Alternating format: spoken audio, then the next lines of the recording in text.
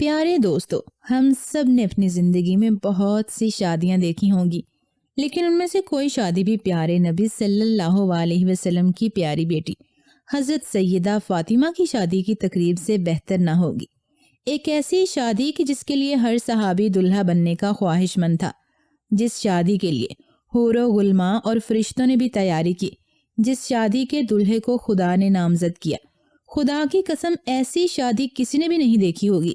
سیدہ فاطمہ طاہرہ نے جب بچپن سے جوانی میں قدم رکھا تو سب سے پہلے اسلام کے پہلے خلیفہ حضرت ابو بکر صدیق آپ کا رشتہ لے کر آپ صلی اللہ علیہ وسلم کی خدمت میں حاضر ہوئے، تو آپ صلی اللہ علیہ وسلم نے انہیں جواب دیا کہ ابو بکر، میں اس معاملے میں اللہ کے حکم کا منتظر ہوں۔ اس کے بعد حضرت عمر اور پھر دیگر جلیل القدر صحابہ بھی حضرت فاطمہ کا رشتہ لے کر آپ صلی اللہ علیہ وسلم کی خدمت اقدس میں حاضر ہوئے، لیکن آپ صلی اللہ علیہ وسلم نے سب کو یہی جواب دیا کہ میں اس معاملے میں اللہ کے حکم کا منتظر ہوں۔ کچھ دن بعد حضرت عبداللہ بن عوف اور دیگر صحابہ حضرت علی کی خدمت میں حاضر ہوئے اور مشورہ دیا کہ حضرت فاطمہ کے لیے سب کو انکار ہو چکا ہے، اب آپ بھی جائیں اور پیارے نبی صلی اللہ علیہ وسلم سے اس سلسلے میں بات کر کے دیکھیں۔ حضرت علی آپ صلی اللہ علیہ وسلم کی خدمت میں حاضر ہوئے۔ آپ کو دیکھ کر اللہ کے نبی صلی اللہ علیہ وسلم فرمانے لگے کہ علی، آج تمہارا آنا کیا فاطمہ کے رشتے کے لیے ہے؟ تو حضرت علی نے نظریں جھکا لیں اور اسبات میں سر ہلایا، تو آپ نے ان کی درخواست کو قبول فرمایا اور ارشاد فرمایا، اے علی، گھریلو ضروریات کو کوئی چیز تمہارے پاس ہے جسے تم وسیلہ بناؤ؟ حضرت علی نے فرمایا کہ میرے پاس ایک تلوار، ایک اونٹ اور ایک ذرہ ہے۔ آپ صلی اللہ علیہ وسلم نے فرمایا کہ تلوار کی ضرورت تو میدان جنگ کے لیے تمہیں ہے، اونٹ تمہاری سواری کے لیے ہے، تو میں تمہاری طرف سے ذرہ پر اکتفا کرتا ہوں۔ اور اے علی، آپ کو مبارک ہو، آپ کا اور فاطمہ کا نکاح اللہ نے آسمانوں میں طے کر دیا ہے۔ اس کے بعد آپ صلی اللہ علیہ وسلم نے صحابہ کرام کی مجلس میں مسجد کے اندر حضرت فاطمہ کا نکاح حضرت علی سے کر دیا اور حق مہر ڈھال مقرر ہوا۔ جب آپ صلی اللہ علیہ وسلم کو تشریف لے گئے اور نکاح کا اعلان فرمایا تو پھر حضرت علی سے فرمایا کہ اپنے یہ ڈھال بازار میں بیچ آؤ اور اس کی قیمت لے آؤ۔ حضرت علی نے یہ ڈھال 400 درہم سے 500 درہم میں فروخت کی۔ حضرت فاطمہ کی رخصتی کے متعلق روایات میں فرق ہے۔ کچھ روایات میں ہے کہ رخصتی 1 ماہ بعد ہوئی، کچھ میں 7.5 ماہ بعد کا ذکر ہے، لیکن زیادہ روایات نکاح کے 10 ماہ بعد رخصتی ہونے کے متعلق ہی ہیں۔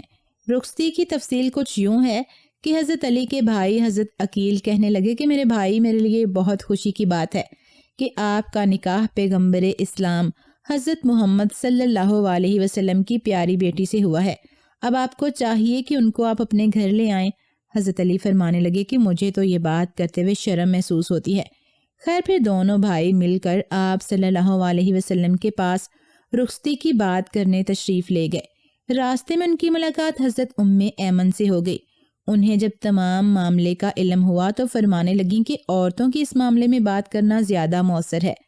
چنانچہ حضرت ام ایمن حضور صلی اللہ علیہ وسلم کی تمام ازواج مطہرات کو لے کر حضرت عائشہ کے گھر تشریف لے گئیں، جہاں اس وقت آپ صلی اللہ علیہ وسلم تشریف فرما تھے۔ امہات المومنین آپ صلی اللہ علیہ وسلم کے چاروں طرف بیٹھ گئیں اور عرض کی کہ اے اللہ کے رسول صلی اللہ علیہ وسلم، ہمارے ماں باپ آپ پر قربان، ہم آپ سے آج ایک اہم معاملے میں بات کرنا چاہتی ہیں۔ کاش کہ آج حضرت خدیجہ زندہ ہوتی تو اس بات سے ان آنکھوں کی ٹھنڈک پہنچتی۔ حضرت ام سلمہ فرماتی ہیں کہ جب ہم نے حضرت خدیجہ کا تذکرہ کیا تو آپ صلی اللہ علیہ وسلم آپ دیدہ ہو گئے اور ارشاد فرمایا، خدیجہ کے مثل کون ہو سکتا ہے؟ اس نے میری تصدیق اس وقت کی جب سب نے مجھے جھٹلایا اور اپنے مال سے میرے دین و دنیا کے معاملات میں مدد کی۔ پھر حضرت ام سلمہ نے عرض کی کہ یا رسول اللہ صلی اللہ علیہ وسلم، آپ کے چچا زاد اور دینی بھائی حضرت علی اپنی بیوی کی رخصتی چاہتے ہیں۔ تو آپ صلی اللہ علیہ وسلم نے فرمایا کہ ام ایمن کو حضرت علی کو بلانے بھیج دو۔ حضرت علی ام ایمن کے ساتھ تشریف لے آئے اور آپ صلی اللہ علیہ وسلم کی خدمت میں حاضر ہوئے۔ آپ نے حضرت علی سے پوچھا کہ کیا تم اپنی زوجہ کے ساتھ رہنا چاہتے ہو؟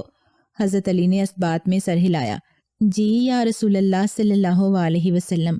آپ صلی اللہ علیہ وسلم نے بڑی محبت سے ارشاد فرمایا، انشاءاللہ آج رات سے تم اپنی زوجہ کے ساتھ رہا کرو گے۔ رخصتی کی رات آپ صلی اللہ علیہ وسلم نے اپنی پیاری بیٹی کو نیا جوڑا دیا۔ رخصتی کے بعد حضرت علی اپنی پیاری زوجہ حضرت فاطمہ سے محبت بھری باتیں کرنے لگے، یہاں تک کہ رات ہو گئی تو آپ رونے لگیں۔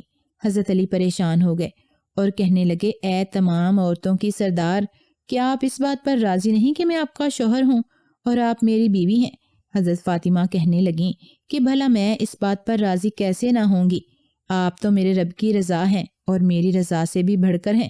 میں تو اس بات پر پریشان ہوں کہ ایک دن میری عمر بیت جائے گی اور میں اس دنیا سے رخصت ہو جاؤں گی، تو اس وقت کا عالم کیا ہوگا جب مجھے قبر میں اتارا جائے گا۔ کیوں نہ آج رات ہم اپنے رب کے حضور کھڑے ہو کر رب ذوالجلال کی عبادت کریں۔ وہی صرف ایک عبادت کا حق رکھتا ہے، پھر وہ دونوں عبادت کی جگہ پر کھڑے ہو کر عبادت میں اور رب تعالیٰ کی حمد و ثنا میں مصروف ہو گئے۔ اسی لمحے ایک بوڑھی عورت نے صدا دی کہ ایک جوڑے کا سوال کرتی ہوں۔ جب آپ کے کانوں تک یہ صدا پہنچی تو آپ کو قرآن کی آیت یاد آ گئی کہ تم ہرگز نیکی کو نہیں پہنچ سکتے جب تک کہ تم اپنی پسندیدہ چیزوں سے اللہ کی راہ میں خرچ نہ کر دو۔ آپ نے شب زواف میں اپنا شادی کا جوڑا جو آپ کو آپ کے والد نے دیا تھا اس بوڑھی سائل کو دے دیا۔ اللہ اکبر۔ چنانچہ حق کے زوجیت ادا کرنے سے پہلے اس پاکیزہ اور نیک جوڑے نے 3 دن روزے رکھے اور رات بھر اللہ کی عبادت اور حمد و ثنا میں مصروف رہے۔ ابھی شادی کو کچھ عرصہ ہی گزرا تھا کہ آپ صلی اللہ علیہ وسلم کو بیٹی کی یاد ستانے لگی اور آپ پریشان رہنے لگے۔ اس لیے سوچا کہ کیوں نہ بیٹی اور داماد کو گھر میں ہی جگہ دے دی جائے۔